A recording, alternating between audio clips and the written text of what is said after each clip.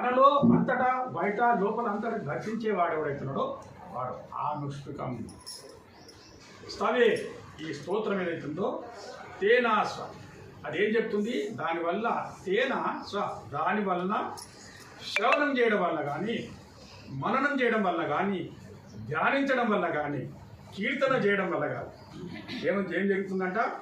సర్వాత్మ మహావిభూతి సహితం, ఒక మహిమాన్వితమైనటువంటి విభూతి, మహిమ విభూతి మనలో వస్తుందట. ఏ రకంగా వస్తుంది? షాదీశ్వరత్వం స్వతః, స్వయంగా ఈశ్వరత్వం వస్తుందట మనలో. ఏమొస్తుంది మన లోపల? ఈశ్వరత్వం అంటే ఏంటి? ఈశ్వర అంటే ఏంటి? ఈశ్వర అంటే భగవానుడు అని అర్థం. పరమాత్మ ఎవడైతున్నాడో ఆయనకి ఈశ్వరుడు అంటాం, మనం భగవానుడు అంటున్నాం. భగాని శబ్దానికి ఏం చెప్పాం మనం? ఎన్నోసార్లు చెప్పుకున్నాం ఇది.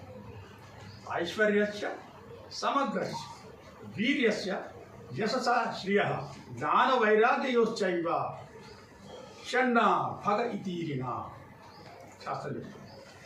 అంటే ఈశ్వరత్వం ఏదైతే ఉందో ఐశ్వర్యస్య సమగ్ర వీర్యము, ఐశ్వర్యము, వీర్యము, యశస్సు, శ్రీ లక్ష్మి, జ్ఞానము, వైరాగ్యము, ఈ 6 విధానాలుగా ఏర్పడినటువంటి స్థితి ఏదైతుందో అదే ఈశ్వరత్వం, అదే భగవంతుడు.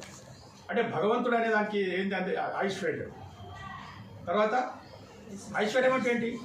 ఐశ్వర్యం అంటే స్వతంత్రం అని అర్థం. గుర్తించండి, సర్వ స్వతంత్రుడైనటువంటి పరమాత్మ స్థితి ఏదైతుందో అది ఐశ్వర్యం. మనం ఏంది? పరాన్న బుక్కులు, పరాధీనత చెంది ఉన్నటువంటి వాళ్ళు.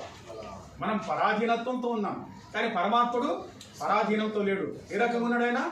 ఐశ్వర్యము అంటే స్వయంగా స్వతంత్రుడై ఉన్నటువంటి అడుగో అటువంటి స్వయం ఈశ్వరత్వం మనలో ఏర్పడుతుందట. తర్వాత వాడు ఏం జరుగుతుందంటాడు?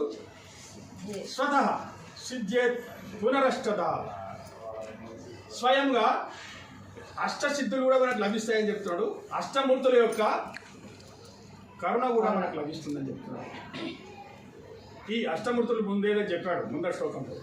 ఆ అష్టమూర్తులలో పరమాత్మను దర్శించడం వల్ల అష్టమూర్తులలో నుంచి మనకు వచ్చేది కరుణ, ప్రసాద్. తర్వాత అష్టసిద్ధులు కూడా మనకు లభిస్తాయి. దీనివల్ల ఈ దక్షిణామూర్తి స్తోత్రాన్ని ఏం చేయడం వల్ల? శ్రవణం కానీ, మననం కానీ, ధ్యానం కానీ, సంకీర్తన వస్తుందని చెప్తున్నాను. అందుకొరకే శాస్త్రంలో మనకి ఏం చెప్తాడు?